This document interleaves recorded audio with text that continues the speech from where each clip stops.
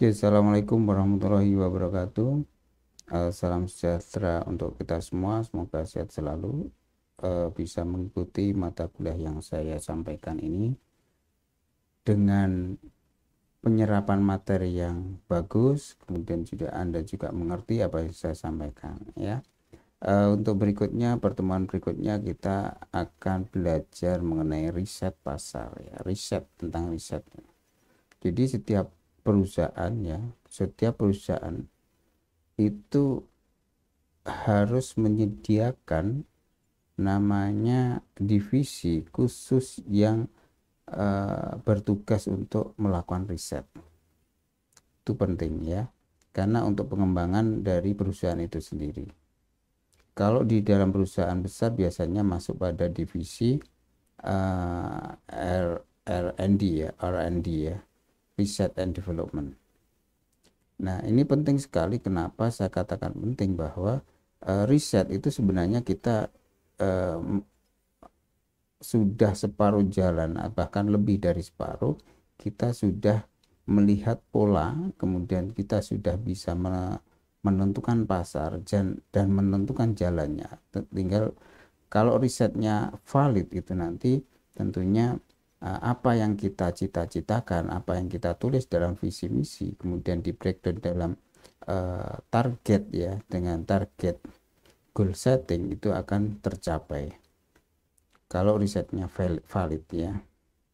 Oleh karena itu riset-riset itu sangat penting kita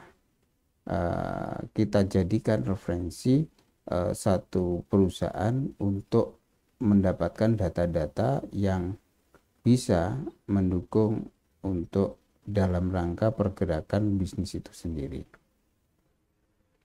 Jadi dalam riset nanti kita belajar tentang pengertiannya, riset industri dan riset pasar, kemudian juga cakupan risetnya itu seperti apa, fungsi dari riset pemasaran, kemudian juga praktek, ya, nanti membuat riset yang sederhana bagi mahasiswa.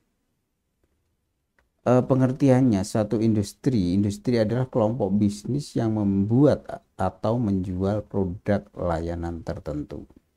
Kemudian pasar itu apa? Pasar adalah sekelompok pelanggan potensial. Jadi riset pemasaran itu dapat didasari oleh faktor secara geografis, secara demografis, seperti usia, jenis kelamin, atau psikografi, hobi dan minat, ya, pasar. Kemudian fungsi riset pemasaran itu apa? Pada PAS, ya, itu mengevaluasi program-program pemasaran yang telah dilakukan sebelumnya. Pada masa sekarang kita mengerti, understanding, memahami, ya, memahami konsumen adalah salah satu insight atau wawasan penting bagi satu perusahaan. Tentunya kita tidak bisa meraba-raba apa yang kira-kira konsumen mau. Tentunya kita membutuhkan riset yang real dan valid berdasarkan pengakuan dari customer yang akan kita targetkan. Kemudian predicting untuk future, untuk yang akan datang, memprediksi tren pasar atau perilaku konsumen dalam pengambilan keputusan di masa yang akan datang. Itu. Kemudian cakupan riset secara industri itu pemain kata kunci siapa saja perusahaan atau bisnis utama di industri Anda, siapa bisnis terbesar di industri ini, apa saja produk dan layanan inti yang mereka jual, apa model bisnis mereka. Kemudian dari sisi pertumbuhan, apakah pertumbuhan Anda itu bisa naik ataukah menyusut. Kemudian tren, bagaimana tren itu mempengaruhi bisnis Anda. Kemudian dari sisi pesaing, siapa pesaing utama dalam industri Anda, dan adakah bisnis yang menggunakan strategi yang serupa dengan Anda. Apa yang membedakan?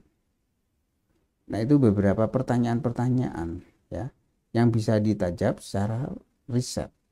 Riset itu adalah memvalidasi dari asumsi dari yang kita buat. Kita boleh berasumsi apapun boleh kita asumsikan bahwa produk kita itu cocok untuk kalangan tertentu misalnya, cocok untuk daerah tertentu, tapi harus divalidasi dengan mengadakan riset secara realnya itu ya. Kemudian dari riset pemasaran, ukuran pasarnya, berapa banyak pelanggan potensial yang bisa Anda miliki. Dari sisi geografi atau demografi, rincian tentang usia, jenis kelamin, dan tingkat pendidikan atau pekerjaan. Kemudian psikografi, kepribadian dan gaya hidup pasar target Anda. Kemudian secara geografi, lokasi pelanggan Anda yang potensial itu daerah mana? Kota, desa, daerah pegunungan, atau daerah perkotaan, dan seterusnya. Kemudian perilaku, bagaimana pelanggan Anda berbelanja dan membeli produk yang seperti Anda miliki. Kemudian tren, menganalisa tren pasar. Ya. Nah, itu penting ketika kita ingin launching atau menjalankan satu perusahaan atau satu produk tertentu. Nah, untuk langkah riset itu dimulai secara umum ini ya, artinya riset industri, riset pasar itu secara umum tahapannya seperti ini. Rumusan masalah, latar belakang masalah Anda melakukan riset itu apa? Katakanlah untuk mengetahui perilaku konsumen terhadap sosial media, itu harus dirumuskan dulu masalahnya. Apa masalah-masalah yang akan Anda tawarkan atau Anda ingin ingin tahu tentang riset ini ya. Kemudian baru menentukan tujuan. Tujuannya apa?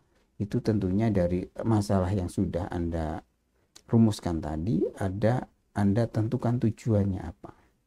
Baru kumpulkan data kuantitatif, data kualitatif dengan wawancara ataupun yang lainnya. Ya, silahkan sesuaikan dengan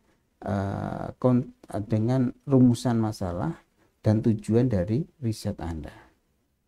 Kemudian baru dianalisis. Yang paling sederhana misalnya, kita coba untuk mengetahui bagaimana